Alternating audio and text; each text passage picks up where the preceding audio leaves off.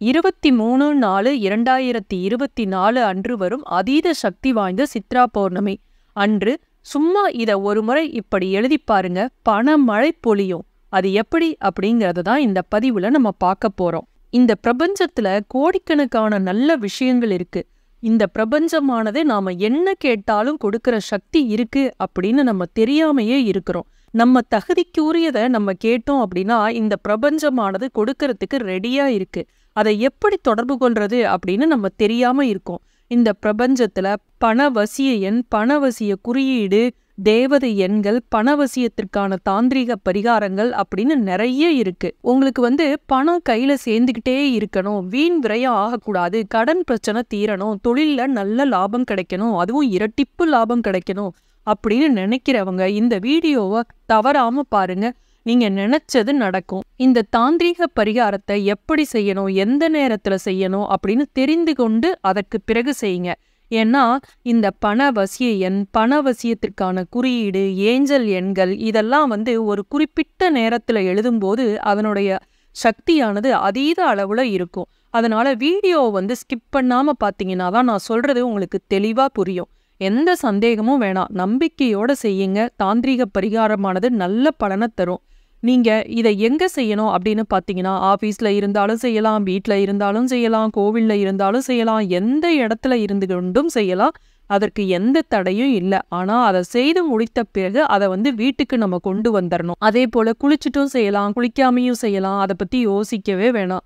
அசைவம் சாப்பிட்டுட்டோம் செய்யலாமா அப்படின்னு யோசிச்சிங்கன்னா அதற்கும் எந்த தடையும் இல்லை. பெண்கள் தீட்டு காலமா இருந்தது அப்படின்னா அதற்கும் ரெஸ்ட்ரிக்ஷன் கிடையாது. எந்த தீட்டாக இருந்தாலும் செய்யலாம். எனக்கு ரொம்ப அவசரமா பணம் தேவைப்படுது, கடனை கட்டணும், ஒருத்தட்ட வாங்கிட்டேன், ஆனா பாடாப்படுறேன், கடன்காரன் வீட்டில் என்னை தொந்தரவு பண்றான், எப்படி திருப்பி கொடுக்கறதுனே தெரியல அப்படின்னு கஷ்டப்படுறவங்க, பேங்க் லோனை கட்டணும்னு நினைக்கிறவங்க, அடகு வச்ச நகையை திரும்ப மீட்கணும்னு நினைக்கிறவங்க, குடும்ப செலவுக்காக கஷ்டப்படுறவங்க, யார் வேணும்னாலும் இதை ட்ரை பண்ணி பாருங்க. நம்பிக்கையோட செஞ்சு பாருங்க. அப்பதான் பணம் ஏதோ ஒரு வழியில உங்களுக்கு நிச்சயமா கைக்கு சேரும். நான் ஏற்கனவே சொன்னதுதான், எந்த ஒரு பரிகாரத்தை செஞ்சுட்டும் நம்ம உழைக்காம வீட்டுல இருந்தோம் அப்படின்னா எந்த பரிகாரத்துக்கும் பலன் இருக்கும்னு யாரும் சொல்லல.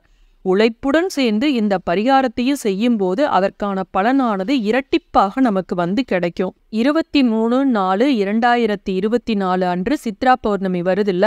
எப்பவுமே பௌர்ணமி அப்படின்னாவே மிகவும் சக்தி வாய்ந்தது. சித்திரை மாசத்துல வரக்கூடிய சித்ரா பௌர்ணமி, கார்த்திகை மாசத்துல வரக்கூடிய பெரிய கார்த்திகை, அதாவது திருக்கார்த்திகைன்னு சொல்றோம்ல, இதெல்லாம் அதீத சக்தி பெற்றதாக இருக்கும். இந்த நாள்ல நம்ம எந்த ஒரு பரிகாரத்தையும் செய்யும் போது அதற்குரிய பலனானது அதிக அளவுல இருக்கும். ஏன்னா இந்த பௌர்ணமி நாள்லயே இந்த பிரபஞ்சம் அதிக அளவு சக்தியை வெளியிடும். அப்ப நம்ம கேட்கறத கொடுக்க ரெடியா இருக்கும் பிரபஞ்சம். இந்த சித்ரா பௌர்ணமி அன்னைக்கெல்லாம் நம்ம சொல்லவே வேண்டியதில்லை, அதிக அளவு சக்தியானது நமக்கு கிடைக்கும். 23ஆம் தேதி, ஏப்ரல் 23ஆம் தேதி காலையில அதிகாலையில 4:20 வரையும் சதுர்தசி. அதற்கு பிறகு பௌர்ணமி ஆரம்பிக்குது. அடுத்த நாள் வரையும் அதிகாலை வரையும் இந்த பௌர்ணமியானது இருக்கு. அதனால நீங்க இரவு வரையும், அதாவது 23/4/2024 அன்று இரவுக்குள்ள இந்த பரிகாரத்தை நீங்க செய்யலாம். எப்ப வேணாலும் நீங்க செய்யலாம். ஆனா யமகண்டம் இருக்கக்கூடிய காலையில 9 to 10 இருக்கு, அந்த நேரத்துல மட்டும் செய்ய வேண்டாம். மற்றபடி எந்த நேரம் வேணாலும் நீங்க செய்யலாம். ஏன்னா அன்று முழுவதும் முழு பௌர்ணமியாக இருக்குது. ராகு காலம் இந்த பரிகாரத்துக்கு பார்க்க வேண்டாம். ஏன்னா பொதுவாவே ராகு கொடுப்பாரு, கேது கெடுப்பாரும்பாங்க. அதனால ராகு காலத்துல நம்ம நிறைய பரிகாரங்கள்லாம் செய்வோம். அம்மன் கோவில்ல பாருங்க, எலுமிச்சம்பழம் விளக்கு போடுவோம். இது மாதிரி பரிகாரங்களுக்கு இந்த ராகு காலம் பார்க்க வேண்டியதில்லை. இதற்கு தேவையானது என்ன அப்படின்னு பாத்தீங்கன்னா, ஒரு அரச மர இலை.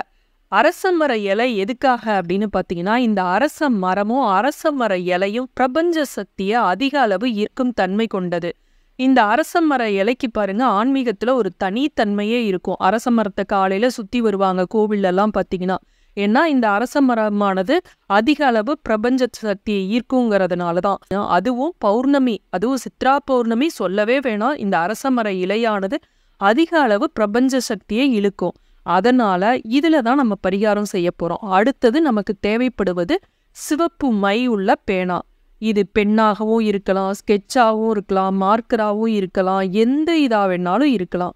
ஆனா அது ரெட் கலர், அதாவது சிவப்பு கலர்ல இருக்கணும்.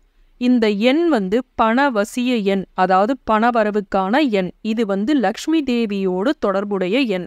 இதை வந்து இந்த அரசமர இலையில எழுதும்போது நம்ம நினைச்சது நடக்கும். இப்ப அரசமர இலையில எந்த எண்ணை எழுதணும் அப்படின்னு பார்த்தீங்கன்னா 2918 2918 தமிழ்ல 2918.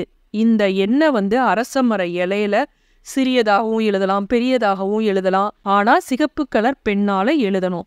இத வாய்விட்டும் சொல்லுங்க, மனதுக்குள்ளேயும் இந்த எண்ணை சொல்லுங்க. சொல்லிட்டு அதற்கு பிறகு உங்களுக்கு எவ்வளவு பணம் தேவைப்படுகிறதோ அந்த பணத்தை சொல்லி, எனக்கு இந்த பணமானது எளிதாக என் கைக்கு வந்துவிட்டது, எனக்கு இந்த தொகையானது எளிதாக என் கைக்கு வரும், எனக்கு இந்த பணம் கைக்கு வந்ததுக்கு நன்றி அப்படின்னு நீங்க வந்து பிரபஞ்சத்துக்கு நன்றி சொல்லணும். அதாவது உங்களுக்கு 1 லட்சம் ரூபாய் தேவை அப்படின்னா, எனக்கு 1 லட்சம் ரூபாய் எளிதாக என் கைக்கு வந்துவிட்டது, எனக்கு 1 லட்சம் ரூபாய் பணம் கைக்கு எளிதாக வரும், எனக்கு 1 லட்சம் பணம் வந்ததற்கு நன்றி அப்படின்னு வாய் விட்டோ இல்ல மனதுக்குள்ளேயோ இந்த பிரபஞ்சத்துக்கு நன்றி சொல்லுங்க. பிறகு இந்த அரசமர இலையில எழுதின அந்த இதை வந்து நீங்க தலையணைக்கு அடியில வச்சிருங்க. நீங்க ஆபீஸ்ல எழுதினாலும், கோவில்ல எழுதினாலும், எங்க எழுதினாலும் சரி, இந்த இலையை கொண்டு வந்து தலையணைக்கு அடியில வச்சிருங்க. இதை வந்து தினமும் காலையில கண் விழிச்சப்புறம் அதை எடுத்து மறுபடியும் இந்த பணம் வந்து நம்ம கைக்கு வந்த மாதிரியும், அதற்கு நம்ம பிரபஞ்சத்துக்கு நன்றி சொல்ற மாதிரியும் அதை நினைச்சு பாருங்க மனசுக்குள்ளேயே. ஒவ்வொரு நாளும் இது மாதிரியே செஞ்சுக்கிட்டு வாங்க. ஒவ்வொரு பௌர்ணமிக்கும் இதே மாதிரி எழுதிக்கிட்டு வாங்க. இந்த எழுதின அரசமரைய இலைய வந்து எரிச்சிருங்க அடுத்த பௌர்ணமிக்கு. எரிக்கிறது அப்படிங்கிறது நம்ம அக்னியில சமர்ப்பிப்பது போல, வேள்வியில சமர்ப்பிப்பது போல. அடுத்த பௌர்ணமிக்கு இதே மாதிரி எழுதி தலையணைக்கடியில வச்சுக்கிட்டு வாங்க. நீங்க நினைச்சது நடக்கும். எந்த ஒரு தாந்திரீக பரிகாரமும் நம்பிக்கையோடு செய்யுங்க. அப்பதான் அதற்கு பலன் கிடைக்கும். மீண்டும் அடுத்த காணொளியில் சந்திக்கும் வரை நன்றி, வணக்கம்.